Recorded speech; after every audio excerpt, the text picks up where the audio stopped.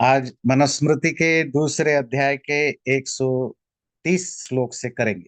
पिछले बार जो हम पढ़ रहे थे मैनर्स के बारे में, सोशल रेस्पेक्ट किसको कैसे किया जाए, और जो लास्ट श्लोक था वो देख लीजिए। जो दूसरे की पत्नी हो और अगर वो आपकी अपनी बहन नहीं है तो आप इसको भवती रेस्पेक्टफुली बात करें, सुभगे या ब्लेस्ड या भगिनी बहन कह करके उनको बुलाएं। और ये हमारी वही ट्रेडिशन है कि रिस्पेक्टफुली बात करेंगे। या भवती, भवती संस्कृत में भवती का मतलब होता है आप, देवी, भगिनी, या शुभ सौभाग्यवती, अर्थात ब्लेस्ड, भाग्यवती, ऐसे करके आप बात कर सकते हैं। यहाँ तक हमने पढ़ा था। उसके बाद बहुत सारे रिलेशनशिप के बारे में बात आती है, जैसे मातुलांश पितृव्यांश। जो मातुल है, जो मैं श्लोक दिखाता जाता हूँ। मामा, मातुला कहते हैं मामा। पितृव्य, चाचा। ससुर, ससुर जो फादर इन लॉ। ऋत्विज जो आपके पृष्ठ हैं, जो यज्ञ आदि कर्म आपके कराते हैं। गुरुन जो आपके टीचर है। तो ऐसे लोगों को असौ अहम इति ब्रूयात, ये मैं हूं ऐसा बोलना चाहिए। प्रत्युत्थाय, खड़े होकर के। यवि यशा, इवन वो छोटे हैं आपसे। पॉइंट ये नहीं है कि आप अपने मामा, चाचा, ससुर, ऋत्विक और गुरुओं को रेस्पेक्ट करें, ये नहीं है। ये कह रहे हैं अगर वो आपसे उम्र में किस छोटे हैं तो भी आपको खड़े होना चाहिए और अपने आप को इंट्रोड्यूस कराना चाहिए रेस्पेक्टफुली। अगर एज में छोटे होते हैं, ऐसा होता है कि बहुत सारे चाचा मामा जो होते हैं वो आपसे छोटे नहीं भी होते हैं तो आपके बराबर के होते हैं, आपसे 1-2 साल बड़े भी होते हैं, ऐसे भी बहुत जगह होता है। तो वहां हम उनसे कैसे ट्रीट करें? ये तो फ्रेंडली दोस्त, सेम एज के हैं, 2-4 साल आगे पीछे है, तो ऐसे सिचुएशन में भी आप इनको, बिकॉज ऑफ आपके रिलेशनशिप की जो वो है, आप इनको रेस्पेक्ट करेंगे। इसी तरह मातृश्वशा, जो आपकी माँ की बहन मतलब मौसी। मातुलानी, मामी, मतलब आपकी मामा की वाइफ मामी। श्वश्रु, आपकी सास, है ना, जो आपकी मदर इन लॉ। पितृश्वशा, पिता की बहन मतलब पीसी या बुआ। ये भी संपूज्या, ये भी रेस्पेक्टफुल होते हैं, ऑनरेबल होते हैं। गुरु पत्नीवत, पर इनका स्थान कितना है? गुरु की पत्नी जैसा सम्मान के योग्य होते हैं। समास्ता गुरु भार्यया, तो गुरु के पत्नी के बराबर उनका स्थान होता है। किनका? आपकी मौसी, मदर सिस्टर, पीसी या बुआ, फादर सिस्टर, मामी, सास, इनका जो बराबरी है, जो ये जिस कैटेगरी में आते हैं, ये गुरु की पत्नी की कैटेगरी में आते हैं। अच्छा, ये गुरु पत्नी शब्द आपको बहुत धर्मशास्त्रों में मिलेगा। वो आजकल डेट में इतने यूजफुल नहीं होते हैं, क्योंकि अ, जो लोग हम स्कूल कॉलेज यूनिवर्सिटीज में पढ़ते हैं या ऐसी जगह पढ़ते हैं, तो हमने कभी गुरु पत्नी को देखा भी नहीं होते हैं। पर प्राचीन काल में गुरु का, गुरु पत्नी या गुरु बिल्कुल उस व्यक्ति का फैमिली की पार्ट होती थी ना, क्योंकि शिष्य गुरुकुल में रहता था। तो गुरु पत्नी से रोज मिलना जुलना, खाना देना, ये सब होता है। इवन अगर वो होम ट्यूटर भी है, अर्थात गुरु आपके घर भी आते थे, तो या आप गुरु के घर जाकर, अगर वो कोई फॉर्मल गुरुकुल नहीं है, आप गुरु के घर जाके पढ़ाई करते थे, या गुरु आपके घर में भी आते थे, तो भी उनके साथ आपकी फैमिली रिलेशनशिप तरह का होता था। तो गुरु पत्नी एक पोस्ट है, जैसे आपकी पीसी है, मासी है, जैसे आपकी चाची है, मामी है, ऐसे गुरु पत्नी है। वो उस लेवल के, और ये एक कैटेगरी में आते हैं जो आपके रेस्पेक्टफुल होते हैं, सम्मान उनको देना चाहिए। भ्रातृर भार्या उपसंग्राह्य सवर्ण अहन्य हन्यपि, भाई की भार्या, भाई की जो पत्नी मतलब आपकी जो भाभी है, जब आप उनसे मिलते हैं पैर छू के उसको प्रणाम करना चाहिए। विप्रोष्य, अगर आप बाहर रहते हैं, जिस दिन आप आते हैं उस दिन सिर्फ पैर छुएंगे, रोज रोज नहीं छुएंगे। ज्ञाति संबंधी योषितः। इसी तरह बाकी बाकी जो आपके रिलेटिव पत्नियां होती हैं, रिलेटिव मतलब आपकी एक्सटेंडेड फैमिली की जो महिलाएं होती हैं, अगर आप साथ में रहते हैं तो रोज पैर छुइए, और अगर साथ में नहीं रहते हैं, बाहर रहते हैं, तो जब भी आते हैं एक ही बार छुए, मतलब आते समय फिर जाते समय, तो उनका पैर छुइए। तो इन सब के पीछे एक डेलिब्रेट सोच होता था रिलेशनशिप डेवलप करने में। क्योंकि आजकल तो भारत में सोशल स्ट्रक्चर कोलैप्स कर रहा है, माँ बाप खुद ही बहुत ही बुरे बिगड़े हुए हैं, तो बच्चे तो बिगड़ेंगे ही। रिलेशनशिप की रिस्पेक्ट कम होता जा रहा है। पर पहले भाभी को छोटी माँ की दर्जा मिलती थी। क्यों? क्योंकि हो सकता है वो आपसे उम्र में सेम हो, क्योंकि आपको पता है पुरुष की आयु बड़ी होती थी, आज भी होता है, और जो पत्नी है, वाइफ है, उसकी आयु कम होती है। कभी कभी वो जो सपोज जो मेरा बड़ा भाई है 30 साल का, जो भाभी है वो 25 साल का, तो जो भाई है उसका उम्र भी 25 का हो सकता है, 26 का हो सकता है, 28 का हो सकता है। कभी कभी भाभी आपसे उम्र में भी छोटी हो सकती है, सेम एज की हो सकती है। तो आप इसको फ्रेंडली आई में देखेंगे तो फिर वो इससे अच्छा नहीं है। तो बेटर है कि आप शुरू से ये प्रैक्टिस कर ले कि भाभी आपकी रिस्पेक्टेबल है, माँ के समान है, तो जिससे कि आप सपने में भी उसके बारे में कोई गलत सोच ना डेवलप कर पाए, वो माँ की फीलिंग आपके अंदर रहे। पितुर्भगिन्यां मातुश्च ज्यायस्यां च स्वसर्यपि मातृवत वृत्तिमा तिष्ठेत माता ताभ्यो गरियसि। महिलाओं में पितुर्भगिनी मतलब बुआ, मातुश्च या माँ की बहन, और जायस्याम च स्वसरी और अपनी बड़ी बहन, आपकी बुआ या पीसी, आपकी मौसी, और आपकी खुद की बड़ी बहन, इनके साथ कैसे व्यवहार करें? मातृवत वृत्ति मातिष्ठित, उनके साथ माँ जैसा व्यवहार करे। पर ध्यान रखना, माता ताभ्यो गरियसी, इन सब में माता सबसे बड़ी होती है। ये जो लेडी रिलेशनशिप जितना भी है, उनमें माँ की समान ट्रीट करेंगे आपसे तीन लोगों को: अपनी मौसी, पीसी, और अपनी बड़ी बहन। पर ध्यान रखना, माँ के जैसा बिहेव करते करते कहीं उनको माँ नहीं समझ बैठना। माँ से बड़ी और कुछ नहीं हो सकती। The highest respect should be preserve for only your mother. बाकी सब उनके जैसा करेंगे। कुछों को गुरु, माँ के बाद अगर सेकेंड रेस्पेक्टेबल कोई होता है, वो है गुरु पत्नी। तो बाकी रिलेशनशिप को कहा कि गुरु पत्नी की तरह ट्रीट करना। भाभी के लिए एक स्पेशल इंस्ट्रक्शन दिया, वो रेस्पेक्ट की दृष्टि से नहीं, आपके मन में उनके प्रति कोई खराब विचार ना पैदा हो, इसीलिए आप इनको सम्मान करें और पैर छूते रहिए, जिससे कि आपकी आदत बनेगी। आपके लिए वो अनटचेबल है, वो आपके ऊपर है। उसके लिए स्पेसिफिक मेंशन हुआ। दशाब्दाख्यम पौरसख्यम। अगर कोई आपका अपना गांव का है, अपनी कम्युनिटी का है, अपनी मोहल्ला का है, और उसके साथ आपकी दोस्ती है, तो दशाब्द, 10 साल के गैप होने पर भी वो आपका मित्र बन सकता है। आप इससे फ्रेंडली ट्रीट कर सकते हैं, इवन वो 10 साल छोटा है या बड़ा है, हो सकता है। पंच शब्दाक्षम कलाभृताम।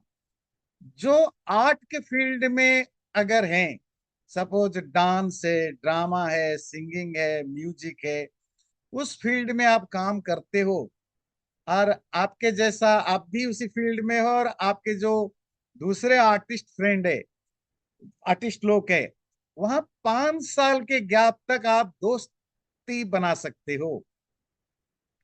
त्रिअब्द पूर्वम श्रोत्रियाणाम।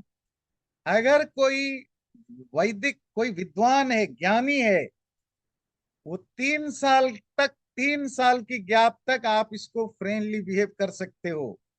स्वल्पेनापि स्वयोनिषु। पर अगर वो आपके ही ब्लड रिलेशनशिप का है, अपने ही माँ बाप से पैदा हुआ है, तो उसके बीच में इवन छोटी सी भी शॉर्ट पीरियड हो, आपको उसको उतना फ्रेंडली आप रह सकते। सपोज आप एक गांव के हैं, एक मोहल्ले के हैं, एक कम्युनिटी के हैं, आप हैं 15 साल के, दूसरा जो है वो 18 का है, 20 का है, 13 का है, 10 साल तक का आपके और उसके बीच में अगर एज गैप है, तो भी आप उसको फ्रेंड जैसा बिहेव कर सकते हो। मतलब जरूरी नहीं आप उसको बहुत ज्यादा रिस्पेक्ट करो, वो करो। इससे ये सब सजेशन है। मतलब 10 साल तक के गैप तक आप किसी को फ्रेंड के लिए ट्रीट कर सकते हो। उससे कम हो या बड़ा हो, then you have to treat him as a younger और ओल्डर। फिर बाकी रूल आ जाएगा, ओल्डर हो तो रिस्पेक्ट करेंगे, यंगर हो तो आप उसको उसी तरह से ट्रीट करेंगे। पर आपके कोई फ्रेंड सर्कल में आपसे 10 साल तक छोटा या बड़ा हो, you can treat him as a friend. ठीक है। आर्ट के काम में आर्टिस्ट अगर आप हैं, देखो उन दिनों प्रोफेशन तो ज्यादा होते नहीं थे, है ना। ये बड़ी इंटरेस्टिंग का कला, तो आप ड्राइंग करते हैं, पेंटिंग करते हैं, डांस करते हैं, नाटक करते हैं, गाना गाते हैं, आदि आदि इंस्ट्रूमेंटल हैं, इस फील्ड में काम करते हैं। आपसे कोई 5 साल तक बड़ा या छोटा है, तो आप इसको, है ना, तू ता करके बात कर सकते। फ्रेंडली का मतलब होता है जहां आप ज्यादा फॉर्मेलिटी नहीं मेंटेन करते हैं। कभी तुम बोल लिया, तू बोल लिया, है ना, रे बोल दिया, बे बोला, ये चलता है दोस्तों के बीच में। पर इसकी लिमिट कहाँ तक है? 5 साल तक के गैप में होना चाहिए। आप चाहें तो इसको आज जो ऑफिस फील्ड में, जॉब फील्ड में भी जोड़ सकते हैं। जॉब में भी अगर 5 साल तक का आपका बीच में थोड़ा गैप रहता है, आप एक दूसरे को फ्रेंडली बिहेव कर सकते हो। आपका बस 50 साल का बस 20 साल के बच्चे को कितना भी, 25 साल के अपने एम्प्लॉय को कितना भी बोले treat me as a friend, कोई नहीं फ्रेंड ट्रीट कर सकता। उसको पता है इसकी जनरेशनल गैप है, इसकी सोच अलग है, इसका सोच अलग है, वो नहीं कर सकता। और करेगा भी फंसेगा, किसी दिन पिटाई खाएगा या नौकरी से हाथ धोएगा, क्योंकि कब बॉस की ईगो इशू हो जाए यू डोंट नो। पर अगर 5 साल तक का गैप है, you can treat him as a friend. है ना, ठीक है। और आगे कहता है, त्रियब्द पूर्वम श्रोत्रियाणाम। श्रोत्रिय जो वेद आदि शास्त्रों का विद्वान है, प्राचीन काल में तो विद्वान बनने का यही तरीका होता था। तो आजकल तो विद्वान स्कॉलर जो है अलग अलग फील्ड के होते हैं। तो वहां आपको मैक्सिमम 3 ईयर की एज गैप होने पर भी आप फ्रेंडली ट्रीट कर सकते हैं। उससे बड़ा या छोटा हो तो आपको प्रॉपर डेकोरम मेंटेन करना पड़ेगा। पर अगर आपकी खुद की स्वयोनिसु, सेम माँ के पेट से पैदा अगर सिबलिंग्स हैं, सिबलिंग्स, वहां तो इवन थोड़ी सी भी गैप है, you have to follow the decorum. Decorum follow करना पड़ेगा। मतलब 1 साल बड़ा है आपका बड़ा भाई या बड़ी बहन, या 1 साल छोटा है, तो आप इसको बड़े की तरह ही ट्रीट करोगे, नहीं तो फिर वो इश्यू बन जाएगा। ध्यान रखिए, ये सब चीजें ऐसा नहीं कि कोई रूल बुक है, ये सब मैनर, सोशल डेकोरम को एक सिखाने के लिए। गुरुजी, ये जो जैसे कि एक ही माँ के गर्भ से जो पैदा होते हैं, जैसे दो भाई हैं या दो दो सिबलिंग्स, भाई बहन है, या जनरली ऑटोमेटिकली ये होता है कि अगर वो बड़ा है बड़ी है तो रिस्पेक्ट तो हो ही जाता है। मतलब ये फिर even if it is 1 or 2 year, generally ऐसा होता है कि वो looks up to that person. हमारे जनरेशन में, आपके जनरेशन तक ये होता था। और आज अगर होता भी है, जिस फैमिली में फैमिली वैल्यूज को सिखाया जाता है, जैसे बचपन से माँ कहती है या वह कहती है, देखो भाई है, बड़ा ये भाई। बड़ी दीदी है, ऐसे मत ट्रीट करो, तो वो फिर बचपन से आदत पड़ जाता है। जी। पर अगर आपने ये आदत नहीं डलवाया, फिर तो वो फिर आपस में फिर, है ना। कॉन्फ्लिक्ट। या। हाँ, मतलब कॉन्फ्लिक्ट तो नहीं, वो डेकोरम नहीं रहता। वो जो जी। एक बड़े छोटे का, और उसमें माइंड, लोग फिर माइंड करते हैं आगे जा करके। ये सब ये कि सोशल जो जो जो सोशल फैब्रिक है, वो मेंटेन रहे, लोग बुरा ना माने, लोग अच्छे, है ना, इवन ऊपर से बोले ना बोले, फील ना करे, इसके लिए ये सब रूल बनाए जाते हैं कि आप सर्टेन डेकोरम कैसे मेंटेन कर सकते हो। और जी। दूसरा है कंफ्यूजन ना हो। जैसे आज भी बहुत सारे लोग कंफ्यूज्ड हैं। कोई सपोज कोई लेडी या कोई पुरुष आपको बहुत ज्यादा, आप विदेश में रहते हो या कहीं रहते हो, आपको बहुत प्यार दे या आपका टेक केयर करे, आपका ख्याल रखे, आप इसको रेस्पेक्ट करने लग जाते हो। पर एक दिन ऐसा आता है, आप इसको माँ समझने लग जाते हो या आप पिता समझने लग जाते हो। पर आप भूल जाते हो, आप सेल्फिशनेस के कारण ये सब कर रहे हो। किसी जी। ने आपका कुछ उपकार कर दिया, आप उसको अपनी माँ के पापा की जगह दे देते हो। ये कहता है वो सिल्वर लाइन क्रश नहीं होना चाहिए। आप इसको रिस्पेक्ट करो। She can be like your mother, he can be like your father, but don't forget your father is your father, your mother is your mother. The absolute respect should be for your father and mother. उस स्थान को आप किसी को नहीं दे सकते हो। पर ऐसा नहीं होता है सोसाइटी में। बहुत सारे लोग बह जाते हैं इमोशनली। ऐसा नहीं कि वो कोई सेल्फिश है इसलिए नहीं, हम्म। वो कंफ्यूज है कि मैं कैसे ट्रीट करूं, तो बह जाते हैं। तो वहां पर जब कोई बड़ा व्यक्ति या कोई एक्सपीरियंस्ड व्यक्ति या ऐसा कोई मनुस्मृति जैसा लिटरेचर थोड़ा गाइडलाइन दे देता है, तो हमारे अंदर क्लैरिटी आती है कि मौसी कितने भी प्यार करे, मौसी माँ नहीं है। तुम्हारी माँ तुम्हारी माँ है, मौसी माँ नहीं बन सकती। अगर मौसी को माँ मान के प्यार के करने उसके घर में रहने लग गए, 6 महीने रहकर देखो, तुम्हें पता लग जाएगा उसके बच्चे के कंपैरिजन तुम कितने नीचे आते हो उसके उसके प्रायोरिटी में। तुम फर्स्ट प्रायोरिटी हो सिर्फ और सिर्फ अपने माँ के या पापा के, और ना मौसी के, ना बुआ के, ना फूफा के, ना चाचा के। वो तुम्हें प्यार कर सकते हैं, दैट्स अ डिफरेंट थिंग। पर क्या है कि हम इमोशनली बह जाते हैं। जी।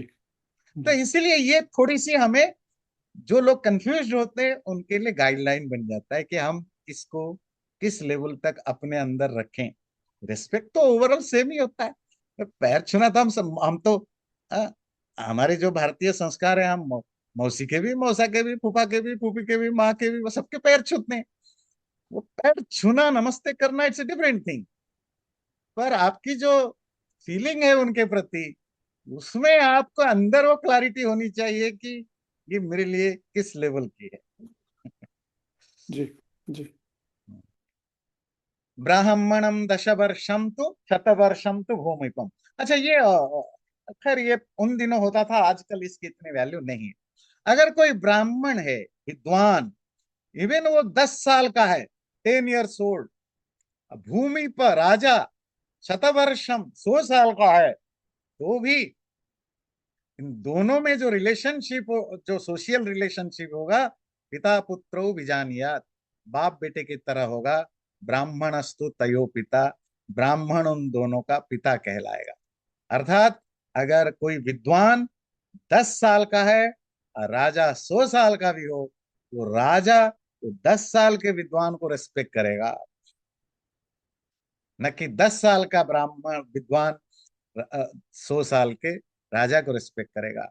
आगे आप इसी आज ही पढ़ेंगे डिटेल में कि सोसाइटी में जो रिस्पेक्ट की हायरार्की है, वो हायरार्की में सबसे जो हाईएस्ट लेवल है वो ज्ञानी का होता है। ज्ञान जो होता है वो सबसे बड़ा पोस्ट पद होता है रिस्पेक्ट का।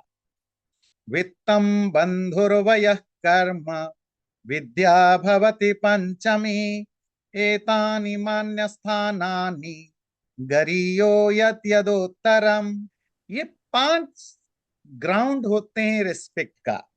मतलब ये 5 में से कोई एक चीज हो तो वो रिस्पेक्टेबल होगा आपके लिए। कौन है? वित्त, अगर वो वेल्थ, उसके पास पैसा धन बहुत है। बंधुर, अगर उसकी वो आपके किसी रिलेशनशिप में आता है। वयह, उसकी एज अगर आपसे बड़ा, एज भी एक ग्राउंड हो सकता है। कर्म, उसकी जो एक्टिविटी है वो भी एक ग्राउंड हो सकता है। विद्या, नॉलेज, ये भी एक ग्राउंड हो सकता है। तो ये 5 ग्राउंड होते हैं या 5 कारण होते हैं किसी को रेस्पेक्ट करने का। एतानी मान्य स्थानानि, ये 5 ग्राउंड सब रेस्पेक्ट है। पर इसमें गरियो यद यदुत्तरम, ये पांचों की जो सीक्वेंस है, ये सीक्वेंस डिलिबरेटली है। जो सबसे पहले है वो सबसे लोएस्ट वैल्यू रखता है, जो सबसे लास्ट में है वो सबसे हाईएस्ट वैल्यू रखता है। अर्थात सबसे ज्यादा अगर ये 5 खड़े हैं तो आप सबसे पहले किसको रेस्पेक्ट करेंगे? जिसके पास विद्या है, ज्ञान है। सेकंड किसका नंबर पड़ेगा? जो अच्छा कर्म करता है, जो अच्छा कर्म करता है। तीसरा किसको? जो आपको एज से बड़ा है। चौथा कौन है? जो रिलेशनशिप, कोई आपके साथ कोई रिलेशनशिप में आता है। और पांचवा जो लास्ट है वो है वित्त या धन। अरे बड़े प्रैक्टिकल भी है ना सोसाइटी में। आप चाहे न चाहे मजबूरन भी रेस्पेक्ट करते हैं। एक चीज जो मनुस्मृति में ही और एक जगह आएगा, उसमें एक चीज आता है बल। बल मतलब पावर, स्ट्रेंथ। जैसे कोई पॉलिटिकल पावर है ना, या कोई फिजिकल पावर। तो ऐसे व्यक्ति को भी आपको रिस्पेक्ट देना पड़ेगा।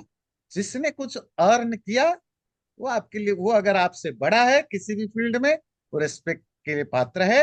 अगर किसी भी चीज में बड़ा नहीं है, इवन एज से बड़ा है, तो या आपकी रिलेशनशिप है, जैसे बताया। अब सपोज आपका मामा या आपकी चाचा आपसे 2 साल ही बड़े हैं या सेम एज की है, still you have to respect him या रिस्पेक्ट हर, है ना। मामा मामी हो, क्यों? बिकॉज ऑफ द रिलेशनशिप, है ना। पर अगर कोई विद्वान है, कोई बहुत अच्छा कर्म करने वाला है, वो खड़ा है, तो उनका नंबर बाद में आएगा। पंचानाम त्रिषु वर्णेषु भूयांसी गुणवंती च, यत्र स्युः सोऽत्र मानः शूद्रोपि दशमीम गता। तो ये तीनों वर्णों में, ब्राह्मण क्षत्रिय वैश्य शूद्रों में, ये जो 5 बताया, ये इन गुणों के आधार पर आप रिस्पेक्ट करेंगे। पर अगर कोई शूद्र है, शूद्र, शूद्र किसको कहते हैं आपको पता है? जो अनएजुकेटेड है, पढ़ाई लिखाई नहीं किया, कोई स्किल नहीं है, तो उसको कैसे रिस्पेक्ट करेंगे? दशमीम गतः, जब वो 10वें स्थान पर पहुंच जाए तो वो मानार्ह, रिस्पेक्टेबल होता है। ये 10वें स्थान क्या होता है? 10वें स्थान मतलब बुढ़ापा, ओल्ड जब हो जाए। ये 10वें स्थान का क्या मतलब है? कि इंसान की लाइफ 100 ईयर्स एवरेज माना जाता है। तो हर 10 ईयर्स को एक मेजर पॉइंट माना जाता है। तो 10वां मतलब जो 90 साल के हो जाते हैं, दैट द 10th 10 होता है। तो लिटरेरी मीनिंग होता है 90 ईयर्स, पर उसका एक्चुअल सेंस है कोई बुजुर्ग हो, है ना। सपोज सपोज आपके घर में कोई काम करता है, नौकर चाकर हैं, मेड हैं, आपके घर में माल, जो भी सेवा का काम करते हैं, और आप इनको रेस्पेक्ट नहीं करते हैं, मतलब बहुत सारे लोग नहीं करते हैं, बदतमीजी करते हैं, क्योंकि ये तो पढ़ा लिखा नहीं है। पर अगर वो ओल्ड है, एज के हिसाब से, उसको रेस्पेक्ट करना चाहिए। ऑल्दो उसके पास ना विद्या है, ना कोई अच्छी कर्म है, ना जो भी 5 क्राइटेरिया बताया उन पांचों में से कोई नहीं। पर क्योंकि वो आपसे उम्र में बड़ा है या ओल्ड एज का है, तो आप उसको रेस्पेक्ट करेंगे, मानार्ह रेस्पेक्ट करेंगे। कोई कोई क्वेश्चन है तो आप बिल्कुल बात करिएगा। तो गुरु जी, डिग्री ऑफ रिस्पेक्ट तो सही है, समझ गए कि शूद्र जो है वो 90 से 100 का हो, बुजुर्ग हो, तो उसको हम्म। बुढ़ापे के लिए उसको रिस्पेक्ट करना है। तो is it also, would it be good to assume कि बाकी के समय जब वो 90 का नहीं हुए, या 60 के हैं, 70 के हैं, 50 के हैं, तो उनके साथ जो व्यवहार होगा वो मोर लाइक अ न्यूट्रल व्यवहार, उदासीन देखिए, जैसा। यहाँ बात हो रही है कि रेस्पेक्ट देने की। जी। जो बैड मैनर, गुड मैनर, वो तो कंप्रोमाइज नहीं होता है ना। आप किसी को ह्यूमिलिएट करेंगे, आप किसी को तूता बेवा करेंगे, ये तो कोई तरीका नहीं है। बिल्कुल नहीं। आप सबके साथ छोटा हो, आप अपने छोटों को भी मिसबिहेव नहीं कर सकते, ह्यूमिलिएट नहीं कर सकते। ये तो एक वायलेंस और नॉन वायलेंस की इशू हो जाता है। जी। आप किसी अनपढ़ व्यक्ति को तू ता बे बा ऐसा बोलेंगे, ये वायलेंस है, ओरल वायलेंस है। आप इसको ह्यूमिलिएट कर रहे हो। उसकी बात नहीं हो रही, वो तो आप उससे आज की भाषा में जिसको रेस्पेक्टफुली कहते हैं, you have to treat him respectfully. जी। पर यहाँ रेस्पेक्ट का अर्थ होता है जब आप हाथ जोड़ के, पैर छू के, या जो जो एक फॉर्मल ऑनर करना होता है जी। ना। नहीं, वो जो फॉर्मल ऑनर है, इवन वो आपका नौकर भी है, इलिटरेट है, पर अगर ओल्ड है तो आप इसको ऑनर करेंगे, हाथ जोड़ेंगे या पैर छुएंगे, जो भी एक तरीका है वो करना। वो जो अंग्रेजी में तो हम क्या कहते हैं ना, ट्रीट एवरीवन रेस्पेक्टफुली, वो रेस्पेक्टफुली का मतलब होता है आप उसको प्रॉपर मैनर से बिहेव करो। वहां रेस्पेक्टफुली का ये भाव है। पर किसी को ऑनर करने के लिए शूद्र की ऑनरेबिलिटी आती है इलिटरेट की, उसकी वो एज के हिसाब से, जो वो ज्यादा एज बुजुर्ग। का होता है। बाकी तो मिसट्रीट करना तो वैसे ही गलत बात है। चक्रिणो दशमी स्थस्य रोगिणो भारिणा स्त्रियः स्नातकस्य च राज्ञश्च पंथा देयो वरस्य च। अब रास्ते में जा रहे हो, यहाँ आप जब ड्राइविंग लेसन लेते हैं, आप पढ़ते हैं ना, किसको आप ईल्ड करो, है ना, रास्ता दे दो कि वो जल्दी निकल जाए।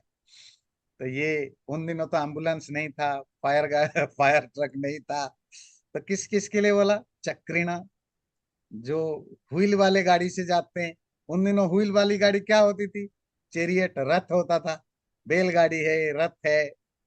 दशमी स्थस्य, ये दशमी फिर आया, जो ओल्ड है, 90 साल, मतलब यहाँ 90 साल मतलब लिटररी नॉट 90 ईयर, मतलब those who are old enough. रोगिण, जो बीमार है। भारिण, जो कोई हेवी चीज उठा के जा रहा है सर पे। स्त्रिय, कोई नारी है, महिला है। स्नातकस्य, और या कोई स्नातक है, कोई गुरुकुल का पढ़ा हुआ है, पढ़ के पास करके आया हुआ है। और राज्ञश्च, राजा। ये 1 2 3 4 5 6 7। हाँ, और एक रह गया, बर। वरस्य च, दूल्हा, जो ग्रूम है। तो ये 8 लोगों को आप रास्ता देना। अगर आप भीड़ भाड़ भी हो, इनको रास्ता देना। तो कौन, जो गाड़ी में आ रहा हो, रथ में या बैलगाड़ी में, जो भी उन दिनों होता होगा, चक्री, जिसमें चक्र लगा हो, व्हील लगा हो। और दशम स्तर, बुजुर्ग व्यक्ति, ओल्ड एज व्यक्ति, ओल्ड व्यक्ति। रोगी, जो बीमार है। भारी, जो बहुत हेवी चीज लेकर जा रहा है। स्त्री, महिलाएं, का आज भी कहते हैं लेडीज फर्स्ट। अरे ऐसा नहीं कि ये लेडीज फर्स्ट वेस्टर्न है, आप दिखाइए हमारे यहाँ भी ईस्टर्न है। स्त्री आए तो उससे पहले रास्ता देना चाहिए, क्यू में आगे कर। ये सिर्फ रास्ता का मतलब चलना नहीं, जहां भी आपकी क्यू लगी है वो क्यू में इन लोगों को प्रेफरेंसेस मिलता है। फिर स्नातक, जो अभी ग्रेजुएट हो करके घर आ रहा है। और राज्ञा, डेफिनेटली राजा तो आज भी, है ना, वो अमेरिका हो, ऑस्ट्रेलिया हो, भारत हो, भाई, अगर राजा गवर्नर आ रहे हैं, राष्ट्रपति आ रहे हैं, वैसे ही रोड खाली कर दिए जाते हैं, है ना। आगे पीछे पायलट चलते हैं।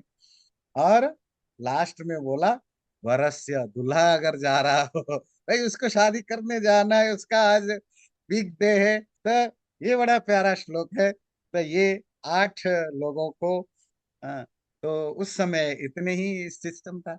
8 लोगों को आप अपने से पहले मार्ग देना या रास्ता दे देना। अगर वो सबके सब एक साथ आ जाए तो पहले, फिर किसको पहले दें। अगर ये 8 के 8 रोड पर आ गए, तो उनमें क्या सीक्वेंस होगा, कौन फर्स्ट कौन लेस्ट। जैसे तेषाम तो समवेतानाम मान्यो स्नातक पार्थ, अगर वो सब इकट्ठा हो जाए तो सबसे पहले आप स्नातक और पार्थिव, पार्थिव कहते हैं राजा किंग, स्नातक कहते हैं ग्रेजुएट स्टूडेंट है, इनको देना। अगर राजा और स्नातक ग्रेजुएट में से किसी को चूज करना है, किसको पहले रास्ता दिया जाए, स्नातक को नृपमान भाग, भाग। तो स्नातक को, ग्रेजुएट को देना। राजा भी स्नातक का रेस्पेक्ट करे। स्नातक नृप मान भाग, राजा को भी चाहिए वो ग्रेजुएट को सैल्यूट करे, रेस्पेक्ट करे। ये आप समझ सकते हैं, आगे भी और श्लोक पढ़ेंगे। स्नातक, ग्रेजुएट होना, पढ़ना लिखना, हमारे यहाँ कितना उसको वैल्यू मिलता था। इवन हमारे सोशल डेकोरम में भी सिस्टम बनाया गया, अगर कोई पढ़ा लिखा है उसको सबसे ज्यादा ऑनर या रिस्पेक्ट मिलना चाहिए। इवन राजा को भी चाहिए कि जो पढ़ा लिखा अभी अभी पढ़ के गुरुकुल से निकल रहा है या ब्रह्मचारी है पढ़ रहा है, उसको वो ऑनर करे। तो ये जो एक सोशल जो माइंड बनाया गया था, पढ़ना लिखने से बड़ा कोई चीज नहीं, जो हम बाद में मिस कर गए। देखिए आज भी जो सोसाइटी पढ़ा लिखा हो गया, हम हम माने न माने, सब कॉन्सियसली हमारा रिस्पेक्ट सारा उधर ही। वेस्टर्न वर्ल्ड को सारी दुनिया ऊपर से कितनी भी गालियां दे, अंदर से उसको देखते ही चमचागिरी करने में लग जाते हैं। क्यों? वो जो गोरे की चमचागिरी हम करते हैं दुनिया में कहीं भी, वो सिर्फ गोरे स्किन के कारण नहीं, वो जो सुपरियरिटी कॉम्प्लेक्स या इंफीरियरिटी कॉम्प्लेक्स है, और वो कॉम्प्लेक्स कलर के कारण नहीं आया है।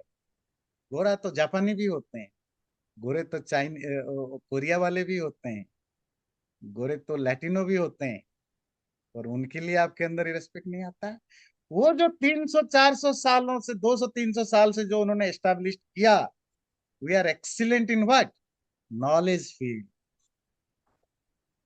नॉलेज से पावर, साइंस, टेक्नोलॉजी, तो वो हमारे सबकॉन्शियस में बैठ गया, ये हमसे बेटर है। हम ऊपर से गालियां देते हैं, अरब भी अमेरिकन को गालियां देते हैं, यूरोप को, इंडियन वाले भी गालियां देते हैं, अफ्रीका वाले भी गालियां देते हैं, पर सामने आ जाए तो सारे आगे पीछे उसके घूमते रहते हैं। अरे, और ये आपको पता हो, आजकल तो सोशल मीडिया यूट्यूब की जमाना है। ये देखा गया है कि जो घर में गेस्ट आते हैं, जो टूरिस्ट है ना, सपोज हम भारत की एग्जांपल लेते हैं।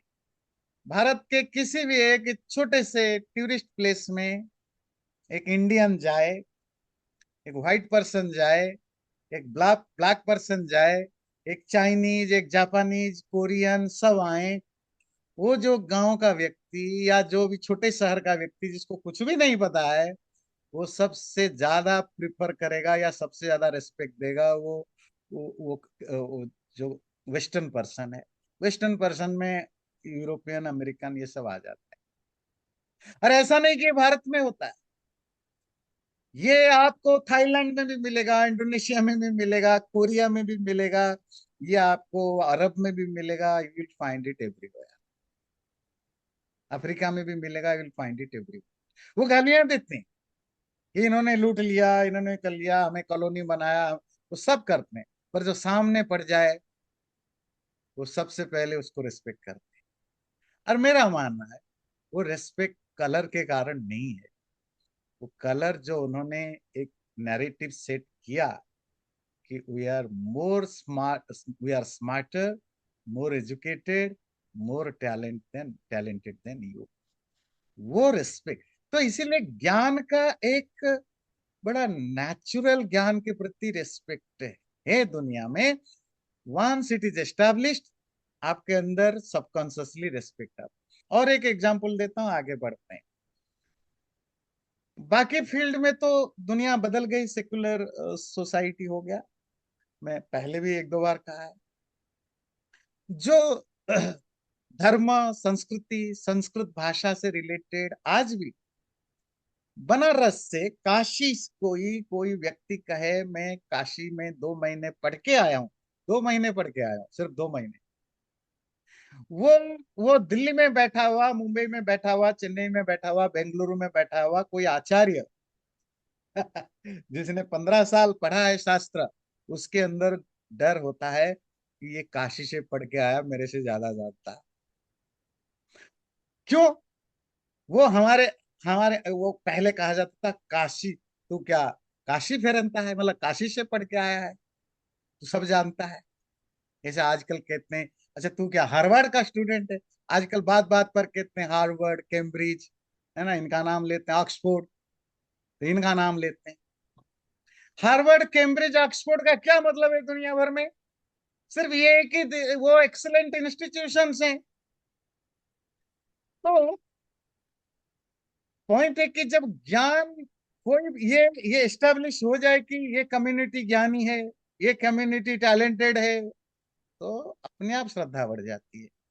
और सोचिए हमारे यहाँ 3,000, 4,000, 2,000, 5,000 साल पहले कितनी सिस्टम बनाया गया था। जब जनेऊ संस्कार होता है, आप जब जनेऊ संस्कार की हर कभी देखें, हर स्टेप को देखें और उसके मीनिंग समझें, आप वाव करेंगे कि हर स्टेप में education, source of education, teacher, इनकी जो जो ग्लोरी होती है, आप सरप्राइज होंगे।